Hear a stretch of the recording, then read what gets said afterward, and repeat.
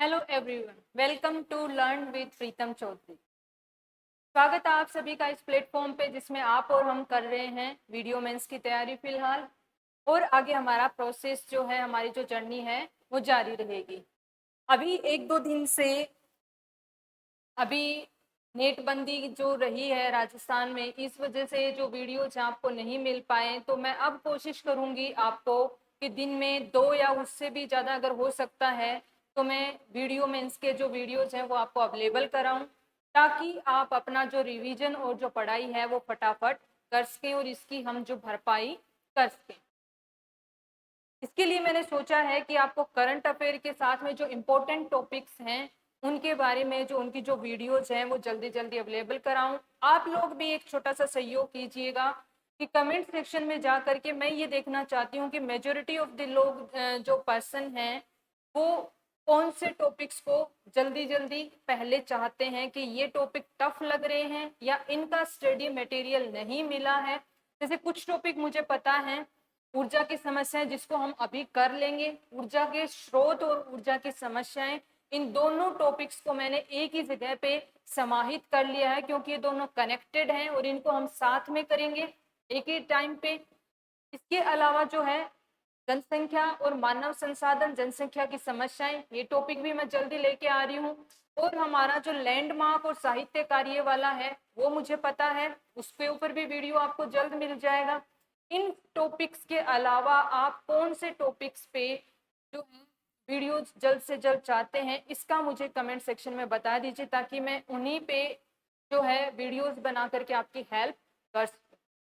तो without wasting the time आज का सेशन हम स्टार्ट करते हैं। और जो लोग चैनल के लिए नए हैं वो लर्न विद प्रीतम चौधरी है जो हमारा प्लेटफॉर्म है, इस पे वीडियो मेंस के कुछ इंपॉर्टेंट जो टॉपिक्स हमने कवर किए उनके वीडियोज हैं और उन्हीं का स्टडी मटेरियल, उन्हीं टॉपिक्स की जो पीडीएफ है वो इसी नाम से लर्न विद प्रीतम चौधरी के नाम से टेलीग्राम चैनल है, उस पर अवेलेबल है। तो आप जा सकते हैं, वहाँ देख सकते हैं और पढ़ सकते हैं। तो let's start the today session. आज का जो हमारा टॉपिक है वो है ऊर्जा, ऊर्जा के परंपरागत और गैर परंपरागत स्रोत, एंड साथ में ही हम स्टडी करेंगे कि ऊर्जा की समस्याएं। देखिए, इस टॉपिक को हम स्रोत, योजनाएं, समस्याएं और नवीन आर्थिक समीक्षा के आंकड़े, इन सबको हम साथ लेकर के चलेंगे ताकि ओवरऑल ये टॉपिक एक साथ कंप्लीट हो सके। ये सारा का सारा सब कुछ मैंने इसके अंदर समाहित करने की कोशिश की है। सबसे पहले हम ऊर्जा के जो स्रोत, क्योंकि हमारे एज इट इज टॉपिक जो है मेंशन किया हुआ है कि ऊर्जा के परंपरागत और गैर परंपरागत स्रोत, तो उनके बारे में स्टडी करते हैं। पहली बात, ऊर्जा के परंपरागत स्रोत। देखिए, परंपरागत और अपरंपरागत से मतलब क्या है? परंपरागत और अपरंपरागत का मतलब है जो कन्वेंशनल, यानी कि जो परंपरागत स्रोत हैं वो स्रोत हैं जिसके अंदर विद्युत का जो उत्पादन है वो कोयले से, या फिर आपका जो गैस है उससे, या फिर पानी से, पानी को गर्म करके भाप बना करके उससे उत्पादन किया जा रहा है। ये वो स्रोत हैं जिनके अंदर इनकी एक टाइम लिमिट है, यानी कि ये एक बार उपयोग में आने के बाद में क्या हो जाते हैं, खत्म हो जाते हैं, फिर से उसी टाइप का दूसरा स्रोत लाना पड़ता है। जबकि जो गैर परंपरागत स्रोत हैं उनको रखा जाता है रिन्यूएबल एनर्जी सोर्सेज के अंदर, जिसका मतलब होता है कि वो जो स्रोत है वो जल्दी से वेनिश नहीं होता है, वो रिन्यू की जा सकती है, उसकी एनर्जी को फिर से पुनः यूज में लिया जा सकता है। तो ये तो हो गया कॉन्सेप्ट और आइडिया जिसके आधार पे इनका वर्गीकरण किया गया है। अब यहाँ से एक जो बेसिक सा क्वेश्चन है वो ये बनता है कि क्वेश्चन इस प्रकार से पूछ लिया जाए कि निम्नलिखित में से कौन सा ऊर्जा का स्रोत जो है गैर परंपरागत ऊर्जा स्रोत है। बिल्कुल बेसिक क्वेश्चन पूछ लिया, तो स्थिति के अंदर हमें पता होना चाहिए कि कौन सा किसमें आता है। पन बिजली उत्पादन, यानी कि हाइडल पावर, पानी से बिजली का जो उत्पादन है ये आपका आता है परंपरागत ऊर्जा स्रोत में। तापीय विद्युत उत्पादन, तापीय विद्युत उत्पादन चाहे वो कोयले से उसको एनर्जी दे करके ताप विद्युत उत्पन्न की जा रही हो, चाहे वो आपका गैस से की जा रही हो, चाहे वो ऑयल से बर्न करके उससे ताप विद्युत उत्पादित की जा रही हो, तीनों के तीनों स्रोत कोयला, गैस और तेल, ये आपके आएंगे परंपरागत ऊर्जा स्रोत में। नेक्स्ट है न्यूक्लियर पावर। न्यूक्लियर पावर को लेकर के बहुत सारे लोगों में ये कंफ्यूजन रहता है कि ये तो नवीकरणीय ऊर्जा स्रोत होना चाहिए। नवीकरणीय ऊर्जा स्रोत कैसे होगा भाई? नवीकरणीय ऊर्जा स्रोत मैंने कहा कि जिसको क्या किया जा सकता है, रिन्यू किया जा सके। अब देखिए यहाँ पे रिन्यू करने के लिए, यानी कि उसको नवीकरणीय करने के लिए वो खत्म नहीं होना चाहिए, उसको फिर से यूज में आना चाहिए। लेकिन जो न्यूक्लियर पावर रिएक्टर्स के अंदर जो न्यूक्लियर मटेरियल होता है, जो नाभिकीय पदार्थ होता है, वो जैसे जैसे प्रयोग में लिया जाता है वो खत्म होता चला जाता है। तो वो किस में आएगा? आपका जो भी स्रोत खत्म होते हैं यूज करने के पश्चात, वो खत्म हो जाते हैं, उन सभी को हमने रखा है परंपरागत ऊर्जा स्रोतों में। तो न्यूक्लियर पावर जो है, ये आप स्टार मार्क करके याद रखेंगे, ये आपके परंपरागत ऊर्जा स्रोत में आता है। अब बात करते हैं गैर परंपरागत ऊर्जा स्रोत की। इनको नवीकरणीय ऊर्जा स्रोत भी कहा जाता है, जिसके अंदर आपका बायोगैस, सौर ऊर्जा, पवन ऊर्जा, भूतापीय ऊर्जा और ज्वारीय ऊर्जा, ये प्रमुख रूप से यूज होने वाले गैर परंपरागत ऊर्जा स्रोत हैं, जिसके अंदर solar energy, wind energy, biogas energy, भूतापीय यानी कि जियोथर्मल एनर्जी, भूतापीय किसको कहते हैं? जियोथर्मल एनर्जी को कहते हैं, और ज्वारीय जो टाइड्स आते हैं, ज्वार भाटा आता है आपका, उससे भी उनकी वेव्स की जो एनर्जी होती है उसको प्रयोग में लेकर के एनर्जी का उत्पादन करना। अब हम आर्थिक समीक्षा के वो महत्वपूर्ण आंकड़े पढ़ने जा रहे हैं ऊर्जा के, जो कि इसी टॉपिक से रिलेटेड है, ऊर्जा के परंपरागत और गैर परंपरागत स्रोतों से संबंधित। यानी कि फिलहाल राजस्थान में जो ऊर्जा की उपलब्धता है उसकी स्थिति से लेकर उसकी स्थिति से संबंधित जो आंकड़े हैं वो हमें याद करने हैं, बहुत अच्छे से याद करने हैं, क्योंकि इनसे क्वेश्चन आने की संभावना बहुत होती है। और ये मैंने लिए हैं आर्थिक समीक्षा 2021-22 से। देखिए राजस्थान की कुल अधिस्थापित क्षमता, और ये सभी के सभी डेटा जो है दिसंबर 2021 तक की ऊर्जा की स्थिति है। दिसंबर 2021 तक जो ऊर्जा की स्थिति थी उसके आधार पे ही ये डेटा लिया है। तो राजस्थान की कुल अधिष्ठापित क्षमता है 23,321.4 मेगावाट, यानी कि 2332। याद करने का तरीका मैं आपको बता रही हूँ, 2332 और फिर 1.4, इस टाइप से आप इसको याद रख सकते हैं। इसमें से सौर ऊर्जा की अगर हम बात करें तो सौर ऊर्जा की राजस्थान की कुल क्षमता है 142 गीगावाट, बहुत ज्यादा है राजस्थान की सौर ऊर्जा की क्षमता। और इसमें से अभी अधिष्ठापित क्षमता यानी कि इंस्टॉल्ड कैपेसिटी कितनी है, जितनी कितनी उत्पादित कितनी हो रही है, कब तक? दिसंबर 2021 के डेटा के अनुसार 9,228.7 मेगावाट हो रही है। और हम कितनी कर सकते हैं? 112 गीगावाट कर सकते हैं।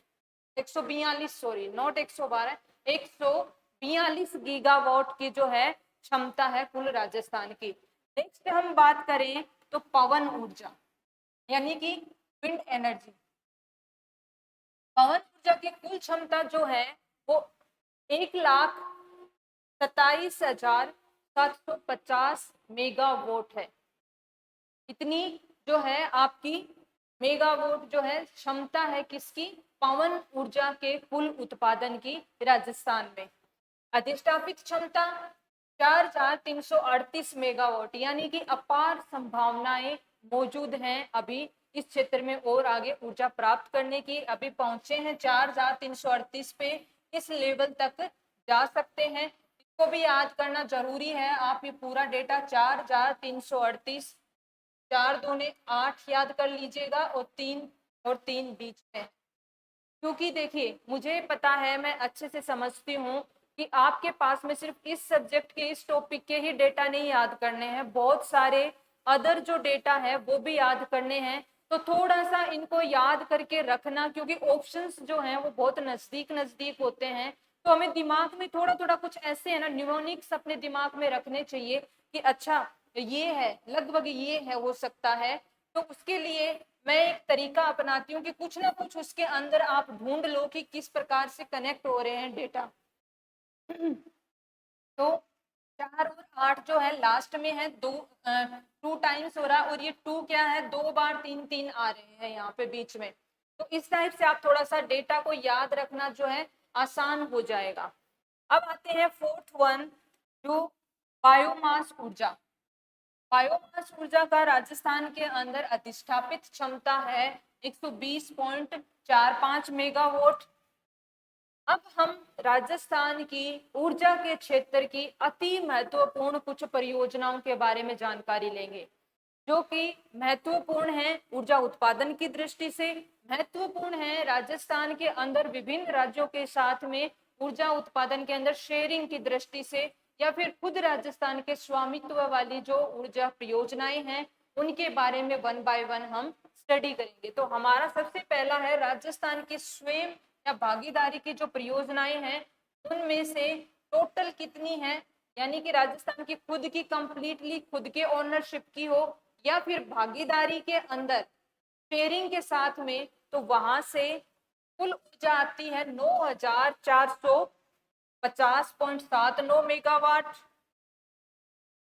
केंद्रीय परियोजनाओं से राज्य को आवंटित, देखिए ऊपर हमने जो कुल क्षमता पड़ी थी अभी राजस्थान की ऊर्जा उत्पादन की 23,000 समथिंग, तो उसके अंदर से आपके अलग अलग सेक्टर वाइज यहाँ पे बता रखा है कि इतनी तो राजस्थान की स्वयं या हिस्सेदारी की है।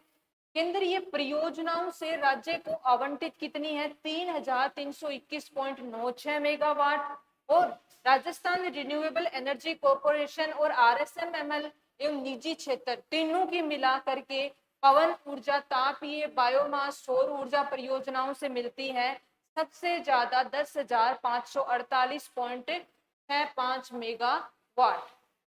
अब यहाँ से क्वेश्चन क्या बन जाता है, यहाँ से सीधा सीधा क्वेश्चन बन जाता है कि निम्नलिखित में से कौन से क्षेत्र से राजस्थान के अंदर सबसे ज्यादा ऊर्जा का उत्पादन होता है।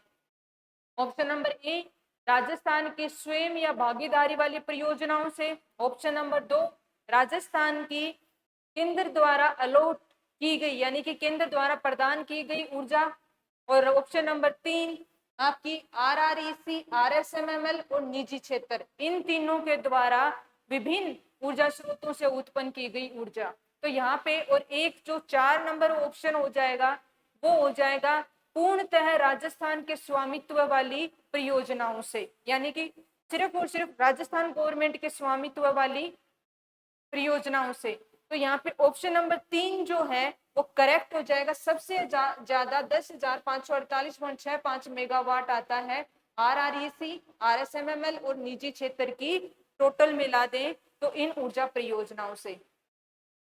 अब राजस्थान के प्रमुख परंपरागत ऊर्जा स्रोतों की प्रमुख परियोजनाएं। अब हम सबसे पहले क्या देखेंगे, हिस्सेदारी में। ए क्या है, हिस्सेदारी के अंदर, हिस्सेदारी में भी कौन सी, परंपरागत ऊर्जा स्रोत। परंपरागत ऊर्जा स्रोत जो हमने देखे थे तापीय, आपका न्यूक्लियर पावर, तो वो वाले स्रोतों के अंदर राजस्थान की हिस्सेदारी की प्रमुख परियोजनाएं कौन कौन सी हैं। तो भाखड़ा नांगल परियोजना है। भाखड़ा नांगल जो परियोजना है इसके अंदर राजस्थान का ऊर्जा उत्पादन के अंदर, हम यहाँ पे पानी के हिस्से की बात नहीं कर रहे हैं, जो लगभग जल विद्युत परियोजनाएं हैं, जल विद्युत परियोजनाओं में हाइडल एनर्जी जो होती है, पन बिजली जिसको कहते हैं, जिसके अंदर पानी को ऊंचाई से गिराया जाता है और बिजली का उत्पादन किया जाता है टरबाइन के माध्यम से, वो वाली परियोजनाएं हम देख रहे हैं यहाँ पे। तो उन परियोजनाओं के अंदर पानी के समझौते की बात नहीं कर रहे हैं कि पानी कितना मिलेगा, बल्कि यहाँ पे हम किसकी बात कर रहे हैं, हम बात कर रहे हैं कि वहां पे जो बिजली उत्पादन हो रहा है डैम पे, उसमें कितना हिस्सा है। 15.22% हिस्सा है भाखड़ा नांगल में। व्यास परियोजना, देखिए व्यास परियोजना जो है वो टोटल दो टैन से बनी हुई है। एक तो है पंडोह बांध, इसमें तो है बिजली उत्पादन में 20% हिस्सा, और एक है पोंग बांध के अंदर है 59% हिस्सा। चंबल घाटी परियोजना जो है इसके अंदर 50% है। चंबल घाटी परियोजना शेयर करता है राजस्थान मध्य प्रदेश के साथ में, यानी कि 50% बिजली जो उत्पादित होती है वो तो मध्य प्रदेश को जाती है, और 50% जो बिजली है वो जाती है राजस्थान को। चंबल घाटी परियोजना के तहत मुख्य रूप से गांधी सागर डैम जो है वो मध्य प्रदेश में बना, उसके बाद में राणा प्रताप सागर डैम है वो चित्तौड़गढ़ भैंसरोडगढ़ वाला जो एरिया है उसमें, फिर कोटा बांध और कोटा बैराज, ये चार प्रमुख ऐसे बांध हैं जिससे चंबल घाटी परियोजना के तहत बिजली का उत्पादन होता है। और इन चारों के अंदर जो बिजली उत्पादित होती है टोटल, उसका 50% राजस्थान को मिलता है। सतपुड़ा परियोजना का आधिकारिक डेटा जो है अभी अवेलेबल नहीं है, मैं इसको टेलीग्राम के माध्यम से आपको जल्द ही उपलब्ध करवाऊंगी। नेक्स्ट जो है, बाकी आप ये याद रखेंगे कि सतपुड़ा परियोजना जो है हिस्सेदारी की योजना है। सतपुड़ा परियोजना के अंदर राजस्थान का हिस्सा है। नेक्स्ट जो है, राज्य को विभिन्न परियोजनाओं से अलॉटेड, यानी कि देखिए हिस्सेदारी और अलॉट होने में क्या डिफरेंस है। हिस्सेदारी और अलॉट में ये है कि हिस्सेदारी में कुछ वित्तीय संसाधन जो हैं, वित्तीय संसाधन वो राजस्थान सरकार के द्वारा भी लगाए जाएंगे, जबकि अलॉटेड के अंदर ये होता है कि उसके निर्माण कार्य में या फिर उसके अंदर किसी संरचना आदि में पैसे न लगा करके अलॉट की जाती है केंद्र सरकार के द्वारा, क्योंकि उस संसाधन का कुछ ना कुछ जो है डायरेक्ट और इनडायरेक्ट रिलेशन जो है वो राजस्थान से भी होता है। तो यहाँ पे अलॉटेड यानी कि दी हुई जो है वो बिजली की हम बात करें तो Singrauli super thermal power project ये यूपी के अंदर है, एनटीपीसी के द्वारा संचालित किया जाता है ये पावर प्रोजेक्ट, और इसमें राजस्थान को 15% यानी कि 15% जो है अलॉट की गई। जितनी भी बिजली उत्पादित होती है उसका 15% राजस्थान को दिया जाता है। नेक्स्ट जो है Rihand super thermal power project, ये भी आपका यूपी में है, एनटीपीसी के द्वारा संचालित किया जाता है, और इसमें 9.5% जो है दिया जाता है राजस्थान को। नेक्स्ट आपका है अंता गैस पावर स्टेशन, ये कुल 413 मेगावाट बिजली उत्पादित करता है। अंता पावर गैस स्टेशन एनटीपीसी के द्वारा संचालित है, ये राजस्थान में ही स्थित है अंता पावर गैस स्टेशन, और इसमें से यानी कि 413 मेगावाट का 19.8% जो हिस्सा है वो राजस्थान सरकार को दिया जाता है। औरैया गैस प्रोजेक्ट जो कि यूपी के अंदर है, एनटीपीसी संचालित करती है, उसमें राजस्थान को 9.2% अलॉट किया गया है। नरोड़ा न्यूक्लियर पावर प्रोजेक्ट जो कि यूपी में है, यहाँ से राजस्थान को 9.6% जो है बिजली जो है टोटल उत्पादन का अलॉट किया गया। Rajasthan atomic power project, Rajasthan atomic power project कौन सा वाला, रावत भाटा वाला, क्योंकि हमारे राजस्थान में एटॉमिक पावर प्रोजेक्ट जो है प्रोडक्शन कहाँ पे हो रहा है, न्यूक्लियर पावर प्रोडक्शन कहाँ पे होता है, रावत भाटा के अंदर होता है। ये nuclear power corporation NPC not NTPC, national thermal power corporation NTPC होता है और एनपीसी होता है न्यूक्लियर पावर कॉर्पोरेशन। इसके द्वारा 456.74 मेगावाट जो है बिजली का उत्पादन किया जा रहा है, जो कि राजस्थान को दिया जा रहा है। नेक्स्ट जो है राज्य के स्वामित्व वाले, यानी कि ना ही तो वो राजस्थान के द्वारा किसी के साथ हिस्सेदारी में है और ना ही उनको इन प्रोजेक्ट्स के अंदर कोई हिस्सा केंद्र सरकार को जाता है या केंद्र द्वारा अलोकेट किया जाता है। ये कंप्लीटली जो है आपके राजस्थान सरकार के स्वामित्व के प्रोजेक्ट हैं, जिसके अंदर हम बात करें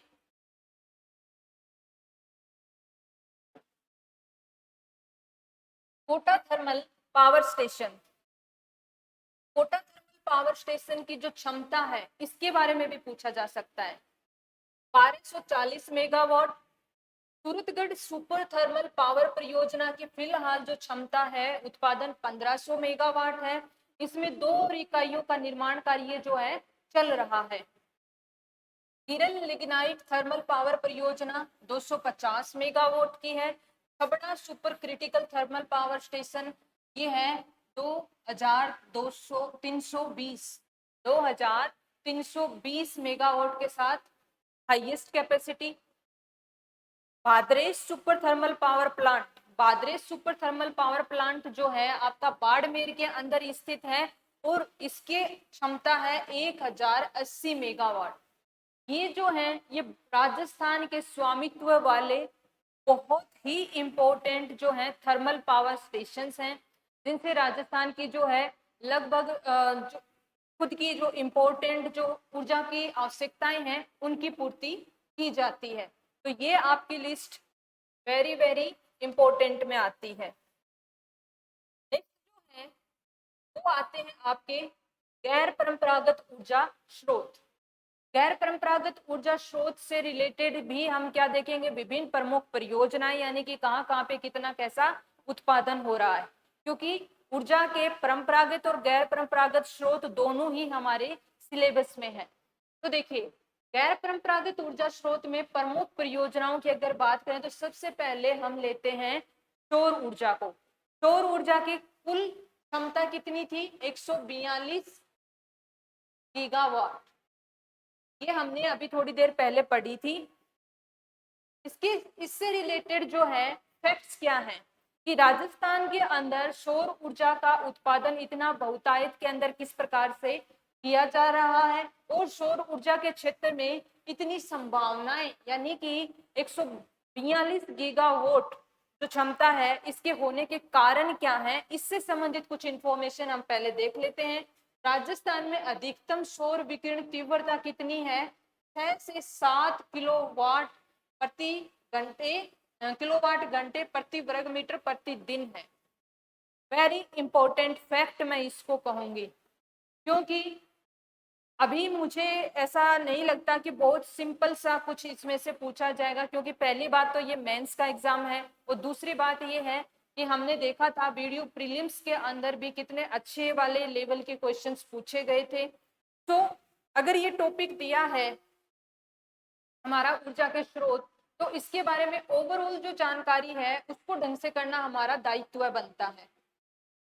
तो सौर विकिरण की तीव्रता, अगर आपसे क्वेश्चन पूछ लिया जाए कि राजस्थान के अंदर सौर विकिरण यानी कि जो सूर्य की किरणें गिरती हैं उसकी विकिरणों की तीव्रता की क्या वैल्यू है, तो ये है आपके लगभग 6 से 7 किलोवाट घंटे प्रति वर्ग मीटर प्रति दिन। सौर दिवस कितने होते हैं, ऑलमोस्ट 325 दिवस या इससे अधिक होते हैं। 365 दिन में से 365 डेज में से 325 दिन या इससे ज्यादा जो है आपके सौर दिवस जो हैं होते हैं। कुल क्षमता 142 गीगावाट हमने बात की थी। और सौर ऊर्जा नीति जो है, सौर ऊर्जा जो पॉलिसी है राजस्थान की, वो आई थी 2019 के अंदर। तो ये जो है ये राजस्थान में सौर ऊर्जा से संबंधित कुछ इंपॉर्टेंट फैक्ट्स हैं जो कि हमें याद रखने हैं। अगर हम बात करें संस्था की, तो देखिए राजस्थान अक्षय ऊर्जा निगम लिमिटेड, ये सौर ऊर्जा के क्षेत्र में और इवन इसके नाम में ही दिया हुआ है अक्षय ऊर्जा, तो यानी कि जो रिन्यूएबल एनर्जी है उस क्षेत्र की जो सर्वोच्च संस्था है राजस्थान अक्षय ऊर्जा निगम लिमिटेड, नवीन एवं नवीकरणीय ऊर्जा मंत्रालय भारत सरकार की ये नोडल एजेंसी, यानी कि ये जो संस्था है ये कार्य तो करती है राजस्थान के अंदर, लेकिन अगर इसका संबंध देखा जाए तो ये भारत सरकार के नवीन एवं नवीकरणीय ऊर्जा मंत्रालय की नोडल एजेंसी की तरह कार्य करती है राजस्थान के अंदर। हड़ला सोलर पार्क जो है जोधपुर के अंदर है। अब देखिए हम क्या पढ़ने वाले थे? हम राजस्थान के अंदर गैर परंपरागत ऊर्जा स्रोतों से संबंधित प्रमुख परियोजनाएं पढ़ने वाले थे। उसमें हमने सबसे पहले तो देखा कुछ फैक्ट्स इंपॉर्टेंट, दूसरा हमने इस क्षेत्र में कार्य करने वाली इंपॉर्टेंट एजेंसी के बारे में जाना, तीसरी चीज जो है कुछ इंपॉर्टेंट सोलर परियोजनाएं जो कि सोलर एनर्जी सेक्टर के अंदर काम कर रही हैं। सबसे पहला आता है हड़ला सोलर पार्क, जो कि कहाँ पे है? जोधपुर में है। इसकी जो कुल क्षमता है वो 2245 मेगावाट, यानी कि 2245 ये मेगावाट इसकी क्षमता है। और इसको 4 चरणों के अंदर, 4 चरणों में 1 2 3 4 इस टाइप से क्या होगा, फेज्ड मैनर में इसको डेवलप किया जा रहा है। सोलर पार्क परियोजना, सोलर पार्क परियोजना जो है आपकी केंद्रीय परियोजना है। ये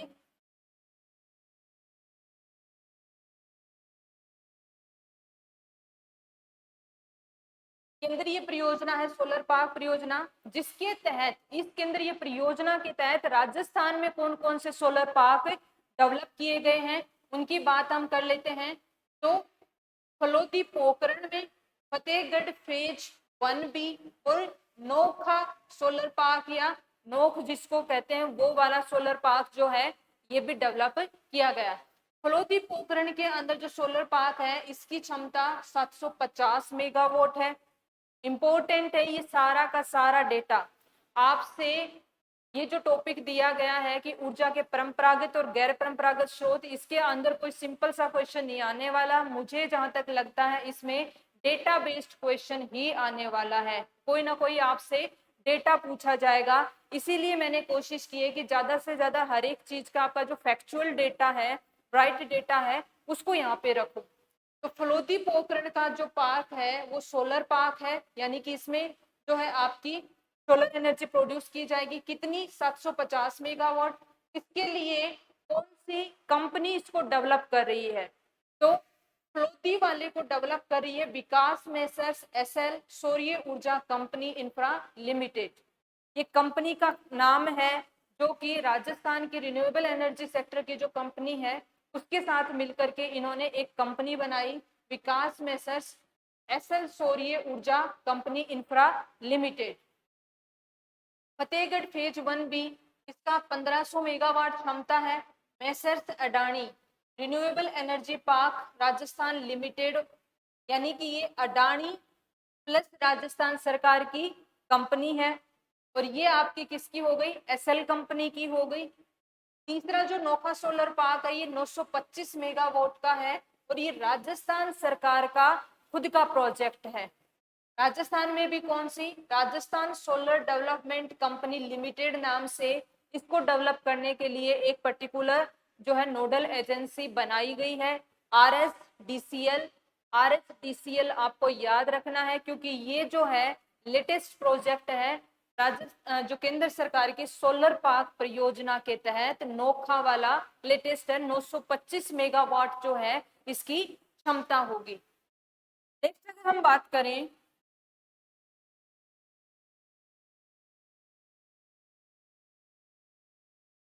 rooftop solar power project scheme, ये भी बहुत ही इंपॉर्टेंट स्कीम है।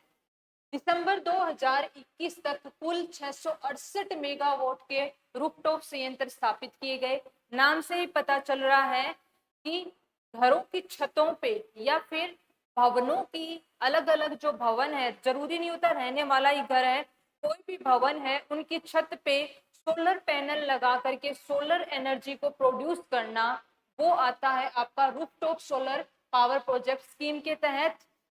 इसमें दिसंबर 2021 तक का यदि हम डेटा देखें तो आपका 668 मेगावाट के रूफटॉप संयंत्र स्थापित हो चुके हैं। नेक्स्ट आपका आता है अक्षय ऊर्जा सर्विस कंपनी, जो है राजस्थान की renewable energy service company mode solar rooftop योजना, यानी कि रेस्को के तहत लगाए जाने वाले रूफटॉप सोलर पावर प्लांट। इसमें और इसमें डिफरेंस ये है कि ये जो है अक्षय ऊर्जा सर्विस कंपनी के सोलर रूफटॉप हैं ये लगते हैं राजकीय भवनों पे और ये होते हैं किसी भी भवन पे। आई रिपीट, दोनों में क्या डिफरेंस है? अगर क्वेश्चन इस प्रकार से पूछ लिया जाए आपसे बाई चांस, एक सिंपल क्वेश्चन कि राजकीय भवनों में जो है बिजली का रूफटॉप सोलर पावर पैनल्स लगाने के लिए किसको कौन सी कंपनी उत्तरदायी है, कौन सी कंपनी रेस्पॉन्सिबल है? तो वो है आपकी रेस्को। राजस्थान अक्षय ऊर्जा निगम लिमिटेड के द्वारा राजकीय भवनों पर नेट मीटरिंग प्रणाली से रूफटॉप संयंत्र लगाए जाते हैं। दिसंबर 2021 तक 2.6 मेगावाट क्षमता स्थापित की जा चुकी है, यानी कि अभी तो बहुत कम है, शुरुआती स्टेज में है, क्योंकि इसकी जो लिमिटेशन है वो कहाँ तक लिमिटेड है? राजकीय भवनों तक। और 2.6 मेगावाट जो है दिसंबर तक इम्प्लाई किया जा चुका है। नेक्स्ट आपका आता है पवन ऊर्जा। गैर परंपरागत स्रोतों के अंदर दूसरा इसके बारे में आता है आपका पवन ऊर्जा। राजस्थान विंड एवं हाइब्रिड एनर्जी पॉलिसी, ये भी कब आई थी? 2019 के अंदर ही आई थी। अगर आपसे पॉलिसी से रिलेटेड क्वेश्चन पूछा जाता है तो सोलर पॉलिसी है, वो भी 2019 में आई थी। और विंड पॉलिसी जो है, यानी कि विंड और हाइब्रिड, हाइब्रिड में क्या होता है? पवन प्लस सौर, दोनों प्रकार की ऊर्जाओं का उत्पादन एक ही जगह पे होता है, तो वो आपका कहलाता है हाइब्रिड एनर्जी। ये पर्टिकुलरली 2019 में भी 18 दिसंबर 2019 को आई थी, क्योंकि ऐसे जो क्वेश्चन हैं वो पूछ लिए जाते हैं। अभी पूछा भी गया था आपका डेट के बारे में, तो 18 दिसंबर 2019 को ये पॉलिसी लॉन्च हुई थी। प्रमुख परियोजनाएं, यानी कि पवन ऊर्जा से संबंधित जो प्रमुख परियोजनाएं राजस्थान में हैं, यहाँ पे मैं सभी की सभी इंक्लूड नहीं कर रही हूँ, जो प्रमुख हैं, इंपॉर्टेंट हैं, पूछी जा सकती है, उनके बारे में हम बात कर रहे हैं। अक्षय ऊर्जा निगम के द्वारा अमर सागर, ये जैसलमेर में है, 2 मेगावाट की है, 1999 से संचालित है। देवगढ़ जो है आपकी चित्तौड़गढ़ में है,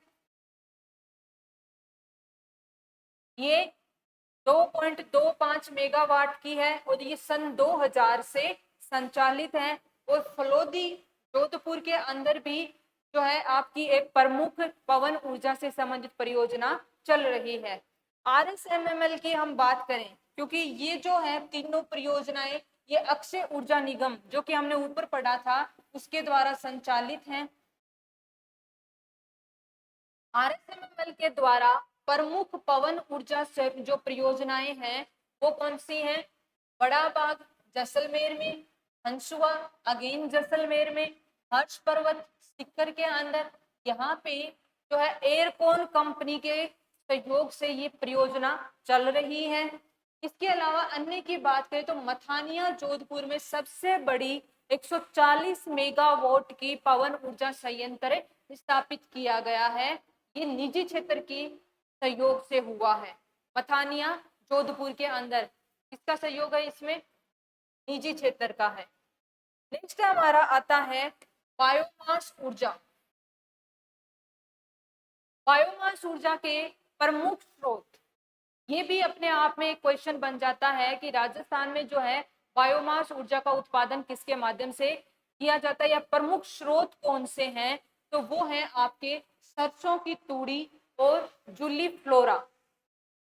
जूली फ्लोरा और सरसों की तूड़ी जो है ये प्रमुख स्रोत हैं बायोमास ऊर्जा उत्पादन के।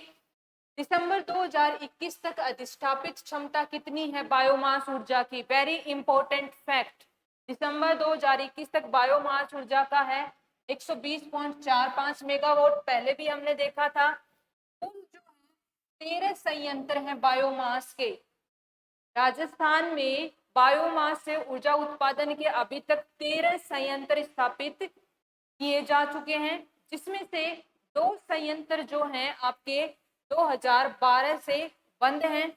इन दोनों संयंत्र की क्षमता थी 28 मेगावाट, तो 28 मेगावाट जो है ये जो क्षमता उत्पादन की अभी बंद है। 6 संयंत्र लगभग 66.7 मेगावाट के इनका स्थापना का कार्य प्रगति पे है। यानी कि जब ये कंप्लीट हो जाएंगे तो 13+6 इतने ऊर्जा बायोमास ऊर्जा संयंत्र बन जाएंगे। इसके अलावा कुछ एक दो इम्पोर्टेंट फैक्ट हैं, जैसे कि ऊर्जा संरक्षण दिवस कब मनाया जाता है। 14 दिसंबर को राजस्थान के अंदर ऊर्जा संरक्षण दिवस मनाया जाता है। 14 दिसंबर हर साल ऊर्जा संरक्षण दिवस के रूप में सेलिब्रेट किया जाता है। राजस्थान एनर्जी डेवलपमेंट एजेंसी यानी कि रेडा जो है, इसकी स्थापना हुई थी। ये सभी की पेरेंट कंपनी हो गई। तो राजस्थान के अंदर एनर्जी कंजर्वेशन यानी कि अंदर जो है ऊर्जा संरक्षण के क्षेत्र में कार्य करती है। राजस्थान ऊर्जा उत्पादन के संबंध में जो कंपनी है रेडा, इसका स्थापना हुई थी जनवरी 1985 के अंदर। अब हमारा आता है नेक्स्ट पार्ट, जो है आपका ऊर्जा की समस्याएं। ये भी हमारा एक जो है टॉपिक दिया हुआ है। हालांकि ये कोई इतना बड़ा टॉपिक नहीं है, लेकिन हमें छोड़ना नहीं है, आसान टॉपिक है, तो इसके बारे में भी हम बात कर लेते हैं।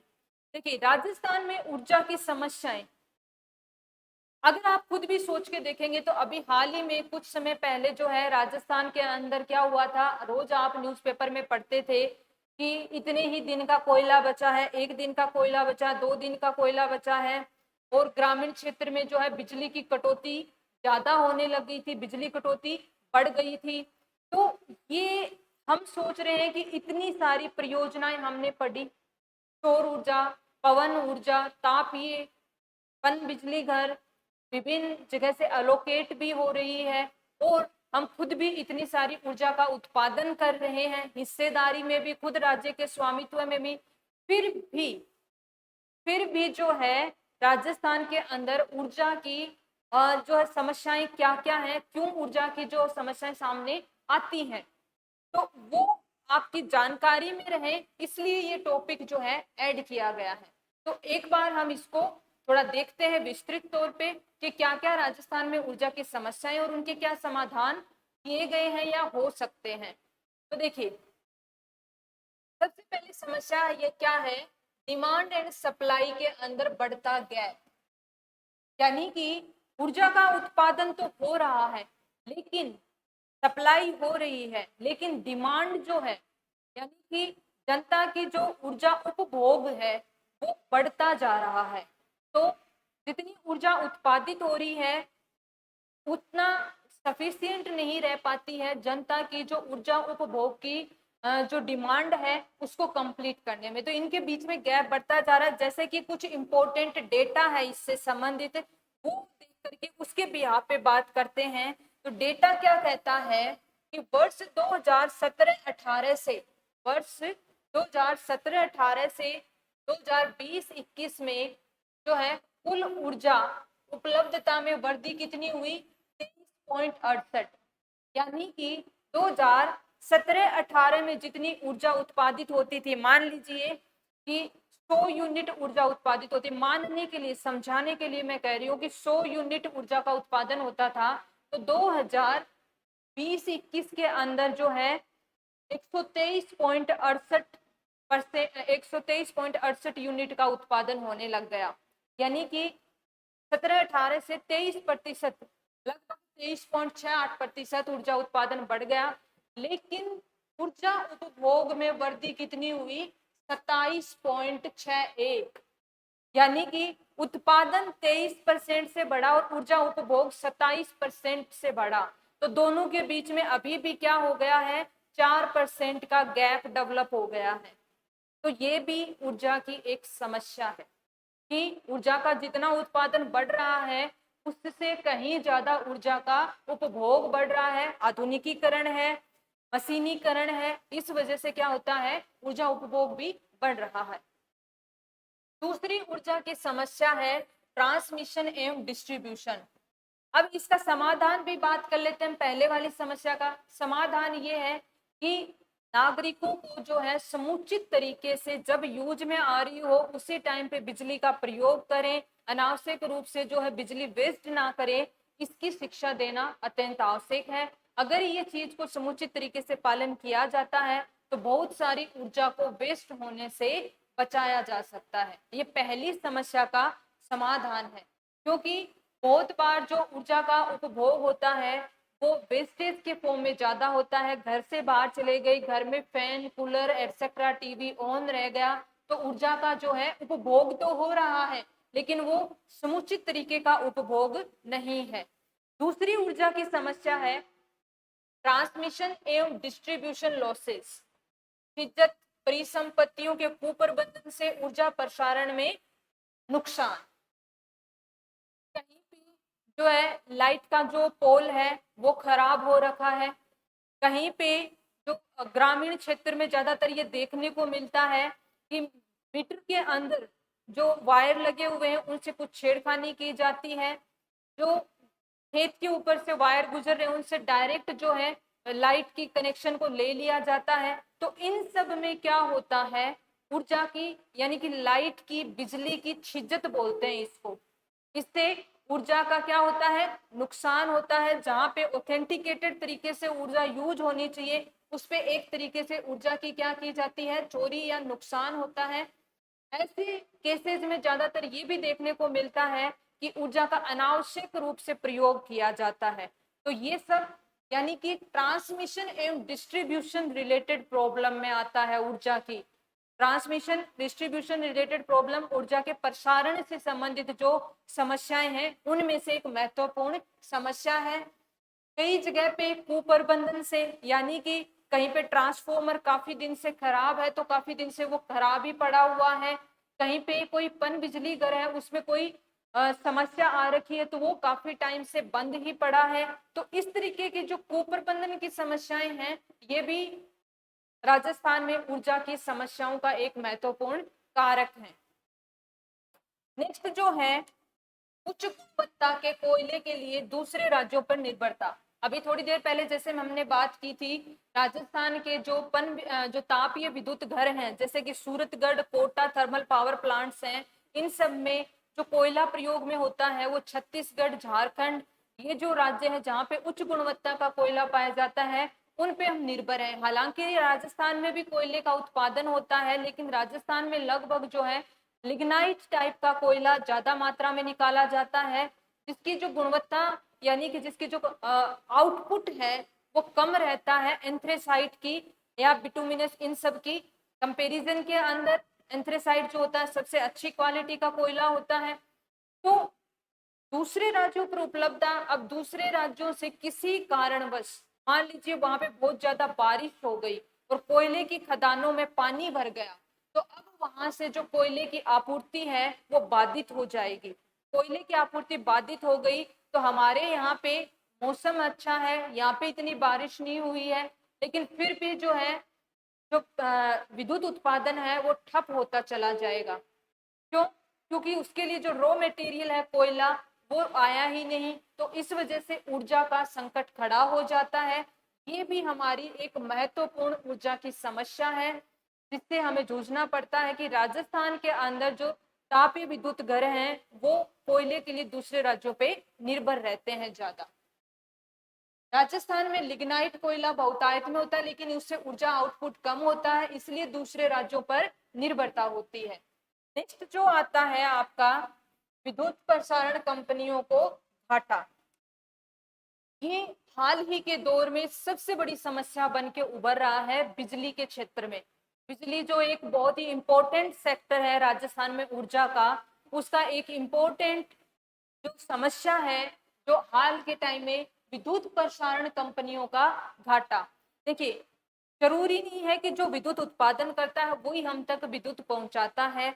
विद्युत उत्पादन जिन स्रोतों से होता है, जिन पन बिजली घर, तापीय विद्युत घर, इनसे जो विद्युत उत्पादन होता है तो कुछ पर्टिकुलर कंपनी, मान लीजिए यहाँ पे विद्युत का उत्पादन हो रहा है तो कोई पर्टिकुलर कंपनी ए इससे इस विद्युत को खरीदेगी और ये जो ए कंपनी है फिर अपने ग्रिड स्टेशन के माध्यम से बाकी सब लोगों को क्या करेगी, विद्युत बांटेगी, प्रसारण करेगी। इसके बदले में जो है आपसे बिल वसूला जाता है और जितना इसने यहाँ से खरीदा था और उसमें कुछ टैरिफ जोड़ करके आपसे बिल का भुगतान करवाया जाता है।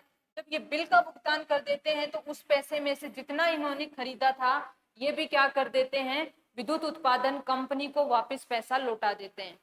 लेकिन इस पूरी चेन में दिक्कत क्या आ रही है, दिक्कत ये आ रही है, एक चीज तो हमने ऊपर पढ़ी थी कि बिजली की चोरी हो रही है। इस वजह से क्या होता है, जो बिल जनरेट होना चाहिए वो हो ही नहीं पाता, मीटरिंग का बिल होता ही नहीं है। तो एक तो बिल नहीं भरते हैं, बिल नहीं भरना, इसकी वजह से जो है वितरण कंपनी को पैसा नहीं मिल पाता टाइमली। बिजली की चोरी करना यानी कि डायरेक्ट वायर एटसेट्रा का यूज करके या फिर मीटर से छेड़छाड़ करके बिजली की चोरी करना। और किसानों को जो सब्सिडी दी जाती है तो गवर्नमेंट सब्सिडी का ऐलान कर देती है, लेकिन वो जो पैसा वितरण कंपनियों को जाना चाहिए वो टाइमबद्ध तरीके से नहीं जा पाता। मान लीजिए कि गवर्नमेंट ने ऐलान किया कि जो किसानों के बिजली के बिल थे वो 6 महीने के माफ किए जाते हैं।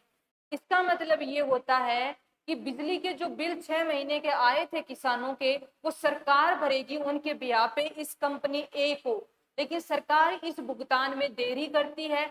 इससे क्या होता है कि कंपनी ए के पास जो पैसा आना चाहिए था वो टाइमली नहीं आ पाता, और इस वजह से ये भी फर्दर जहां से बिजली का उत्पादन हो रहा था वहां से बिजली समय पे खरीद नहीं पाती है, यानी कि यहाँ पे भी भुगतान कम समय में जाता है, यानी कि जिस टाइम पे जाना चाहिए उस पे भुगतान नहीं जाता। तो इस प्रकार से ये जो पूरी सप्लाई चेन है ये बाधित होती है।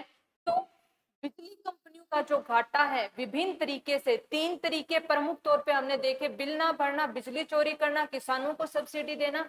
इन सब से क्या होता है, ओवरऑल जो बिजली का ऊर्जा का समस्या जो है सप्लाई चेन के अंदर आती है, जिससे आगे ऊर्जा के प्रसारण में कमी आती है। पांचवी जो समस्या है वो है निजी निवेश में कमी। हमने अभी देखा, पहला डेटा तो हमने देखा कि राजस्थान में सौर ऊर्जा उत्पादन की 142 गीगावाट की क्षमता है, लेकिन सौर ऊर्जा का उत्पादन जो है 9000 समथिंग जो मेगावाट है उतना ही हो रहा है अभी। इसी प्रकार से पवन ऊर्जा का उत्पादन 1,27,000 जो है कि लगभग आपका क्षमता है, लेकिन उसकी कंपैरिजन में लगभग 4000 समथिंग जो है आपका मेगावाट पवन ऊर्जा का उत्पादन हो रहा है। इतनी अपार संभावनाएं हैं लेकिन उत्पादन उनकी कंपैरिजन में कम है। ये वजह है, किसकी वजह से है ये, निवेश में कमी की वजह से, क्योंकि गवर्नमेंट जो है उसको विभिन्न सेक्टर्स में एक साथ काम करना होता है। अगर ऊर्जा के क्षेत्र में निजी निवेश में बढ़ावा हो तो और ज्यादा ऊर्जा का उत्पादन किया जा सकता है। तो गैर परंपरागत ऊर्जा स्रोतों के विकास में निवेश में कमी है, ये भी एक ऊर्जा क्षेत्र की क्या है, समस्या है। अब इनकी समाधान वैसे तो हमने साथ साथ में डिस्कस किए हैं, लेकिन कुछ प्रमुख योजनाएं भी लॉन्च की गई इन समस्याओं के समाधान हेतु। इसके अंदर पहली है आपकी उदय योजना। उदय योजना जो है उज्जवल डिस्कॉम एश्योरेंस योजना 2015 में ये लॉन्च की गई थी, यानी कि 2015 से ये योजना शुरू की गई थी। इसका बिजली वितरण कंपनियों में सुधार, बिजली की लागत में कमी एटसेट्रा इसके उद्देश्य हैं। देखिए जो चीज हमने अभी अभी डिस्कस की थी कि बिजली वितरण कंपनी यानी कि इलेक्ट्रिसिटी डिस्ट्रीब्यूशन जो कंपनीज है उनको जो है घाटे का सामना करना पड़ रहा है, तो उस घाटे से उभारने के लिए जो है ये पर्टिकुलर स्कीम लाई गई थी उदय योजना। इसके अंदर जितना घाटा था उतना पैसा सरकार ने चुकाया था विभिन्न बॉन्ड जारी करके। तो 2015 से योजना जारी है। नेक्स्ट जो है नवीन ऊर्जा संसाधनों को अपनाना, जो है ऊर्जा की समस्याओं के समाधान की और एक और पहल है। नवीन ऊर्जा संसाधनों को कैसे, जैसे कि कुसुम योजना है। अब कुसुम योजना के अंदर हमें एग्जाम के पॉइंट ऑफ व्यू से, वैसे तो हमें पता है कि कुसुम योजना का संबंध जो है किसानों को सोलर एनर्जी के ओर बढ़ावा देना है। इसके लिए जो है खेतों के अंदर सोलर पंप सेट लगवाना और उनको प्रोत्साहित करना कि वो जो एक्स्ट्रा एनर्जी उत्पादित होती है उसको वापस से ग्रिड में डालें। कुसुम योजना के एग्जाम पॉइंट ऑफ व्यू से तीन चीजें हैं। एक तो कुसुम ए, कुसुम बी और कुसुम सी, इसके तीन घटक हैं। यानी कि कुसुम योजना तीन पार्ट में संचालित होती है। पहली कुसुम ए, राजस्थान अक्षय ऊर्जा निगम के द्वारा, यानी कि कंपनी कौन सी है इसको इंप्लीमेंट करने वाली, राजस्थान अक्षय ऊर्जा निगम, 33 या 11 किलोवाट के सब स्टेशन के 5 किलोमीटर की परिधि में किसानों के 0.5 से 2 मेगावाट के संयंत्र लगाना। इसको समझाती हूँ ऐसे, मान लीजिए ये एक सब स्टेशन है राजस्थान अक्षय ऊर्जा निगम का 33,000 किलोवाट का, या फिर 11 किलोवाट का जो है आपका 33,000 वोट बोल दीजिए, या 33 किलो वोट बोल दीजिए, और या 11 किलोवाट का। तो इससे 5 किलोमीटर की परिधि में जितने भी एरिया आता है वहां पे 5 किलोमीटर का एक सर्किल बना दीजिए, 5 किलोमीटर रेडियस का। अब यहाँ पे जितने भी खेत आते हैं, इन खेतों के अंदर क्या करवाना है, 0.5 मेगावाट से लेकर के 2 मेगावाट जितना एरिया है उसके हिसाब से 0.5 मेगावाट से 2 मेगावाट तक के जो है सोलर एनर्जी संयंत्र लगाने हैं। अब जो किसान है इन संयंत्रों से जो सोलर एनर्जी प्रोड्यूस होगी उसको अपनी खेती किसानी के अंदर भी प्रयोग में लेगा, और उसके बाद भी एक्स्ट्रा जब बच जाती है तो वो इस ग्रिड स्टेशन के अंदर तक पहुंचा दी जाएगी इन किसानों के द्वारा। ये इस कुसुम घटक ए का मतलब है। नेक्स्ट जो है वो है कुसुम बी। इसके तहत ऑफ ग्रिड कृषि पंप और सौर पंप, यानी कि यहाँ पे तो क्या हो रहा था, आपका एक ग्रिड को सेंटर बना करके 5 किलोमीटर की परिधि में काम हो रहा था। अब हो रहा है ऑफ ग्रिड, यानी कि ग्रिड का कोई रोल नहीं है। वैसे ही 25,000 किसानों को जो है सोलर पंप, यानी कि अलग अलग एरिया में उसको ग्रिड से कनेक्ट करना जरूरी नहीं है। कुसुम ए के अंदर ग्रिड से कनेक्ट हो रहा था, कुसुम बी के अंदर ग्रिड से कनेक्ट करना जरूरी नहीं है, ऑफ ग्रिड है ये, ऑफ ग्रिड। कृषि पंप या सोलर पंप कितने लगाने हैं, 25,000। और राजस्थान के उद्यानिकी विभाग के द्वारा अभी तक जो लेटेस्ट डेटा है 23,884 जो है सोलर पंप लगा दिए गए हैं। सोलर पंप से मतलब है कि जो वाटर पंप होता है खेत में ट्यूबवेल का, उसको सोलर एनर्जी से संचालित करना। अब आता है कुसुम सी, ग्रिड से जुड़े। अब ये फिर से किस में आ गई है, ऑप्शन ए की तरह है, कुसुम ए की तरह ग्रिड से कनेक्ट कर दिया। ग्रिड से कनेक्टेड 7.5 HP तक की क्षमता वाले कृषि पंप सेटों को सोलर ऊर्जीकृत करना। कुसुम कंपोनेंट ए और कुसुम कंपोनेंट बी, इनमें क्या किया जा रहा था, नया सोलर पंप लगाया जा रहा था। ए के अंदर तो ग्रिड से कनेक्ट किया जा रहा था, बी के अंदर ग्रिड से कनेक्ट नहीं किया जा रहा था, बट वहां पे नया इंस्टॉलेशन हो रहा था। यहाँ पे कुसुम कंपोनेंट सी के अंदर क्या हो रहा है, पहले से ही ग्रिड से बिजली का यूज करने वाले 7.5 हॉर्स पावर 7.5 HP तक के जो कृषि पंप हैं, अब उनको गवर्नमेंट तब्दील करना चाहती है कि वो ग्रिड से बिजली ना ले करके सोलर एनर्जी की बिजली प्रयोग में ले। तो यानी कि कोई किसान है वो इस ग्रिड से अपने यहाँ पे इस ट्यूबवेल के अंदर जो कि 7.5 HP तक का है यहाँ पे बिजली ले रहा था। अब इसी ट्यूबवेल को जो कि पहले से स्थापित है, अभी ग्रिड से बिजली ना लेकर के ये यहाँ पे एक सोलर पैनल लगा दिया जाए, और इस सोलर पैनल से जो बिजली उत्पादित हो रही है वो यहाँ पे इसको प्रयोग में ले। यानी कि यहाँ पे एक चीज इंपॉर्टेंट है कि पहले से इंस्टॉल्ड होंगे यहाँ पे सोलर पंप, सोलर उनको बनाया जाएगा, पंप पहले से इंस्टॉल्ड होंगे, बाकी उनमें क्या हो रहा था, नया सिस्टम लगाया जा रहा था। तो ये कंपोनेंट सी है, इनको तीनों को अच्छे से दिमाग में रख लेना।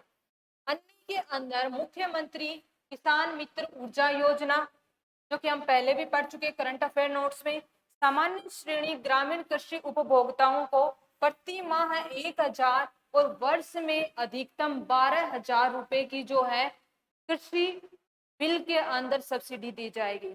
यहाँ पे किसानों को उनके घरेलू बिल के अंदर सब्सिडी नहीं दी जा रही है, उनको कृषि यानी कि उनके खेत में लगा हुआ जो मीटर है, कृषि मीटर जो है, उसमें आने वाले बिल के अंदर जो है सब्सिडी दी जाएगी। 1 महीने के अंदर अधिकतम 1000 की है। मान लीजिए किसी किसान का जो बिल है वो आता है 1300 रुपए, तो उसको 300 रुपए ही भुगतान करना होगा, 1000 रुपए की उसकी सब्सिडी हो जाएगी। और मान लीजिए यदि किसी किसान का आता है 700 रुपए का बिल, तो 1000 में से 700 रुपए चले जाएंगे और बाकी जो 1000 में से 300 की सब्सिडी बची हुई थी वो आगे एड ऑन हो जाएगी। इस तरह कुल मिलाकर के एक साल में 12,000 तक की सब्सिडी और 1 महीने में 1000 रुपए तक की सब्सिडी जो है किसानों को दी जाएगी। इस योजना का शुभारंभ तो किया गया था 17 जुलाई 2021 से, बट ये योजना जो है लागू हुई थी मई 2021 से, यानी कि मई महीने से जो बिल जनरेट हुए थे कृषि के बिल, उन पे ये सब्सिडी देना स्टार्ट कर दिया था। योजना की घोषणा जो है 17 जुलाई 2021 से की गई थी। इसके अलावा जो आपका ट्रांसमिशन नेटवर्क यानी कि जो वितरण प्रणाली के अंदर जो समस्या थी, जो छिज्जत वाली समस्या थी, कुप्रबंधन वाली समस्या थी, उसको सोल्व करने के लिए एक अभिनव नई योजना का जो है आगाज किया गया। स्मार्ट ट्रांसमिशन नेटवर्क एवं परिसंपत्ति प्रबंधन प्रणाली का क्रियान्वयन, यानी कि ट्रांसमिशन सिस्टम को और ज्यादा स्मार्ट बनाया गया है। बहुत ज्यादा लोड होने पर ऑटोमेटिक सप्लाई जो है कट हो जाए, ताकि जो है इससे नुकसान नहीं हो। इसी प्रकार से जो बीच में आने वाली परिसंपत्तियां जैसे कि खराब ट्रांसफॉर्मर है, इसकी इंफॉर्मेशन जल्द से जल्द ऑटोमेटिकली मिल जाए। तो इस प्रकार का जो है सिस्टम ग्रिड के अंदर जनरेट किया जा रहा है इस योजना के तहत। ये जो है आपकी वितरण प्रणाली और रखरखाव प्रणाली की नई योजना है। तो दैट्स ऑल अबाउट ऊर्जा टॉपिक। ये सारा सब कुछ आपका जो है ऊर्जा वाले टॉपिक को समाहित कर लेता है। आई होप आपके लिए ये बेनिफिशियल होगा। आपको कैसा लगा कमेंट में जरूर शेयर कीजिएगा। जल्दी ही नए वीडियो के साथ मिलते हैं। Thank you so much.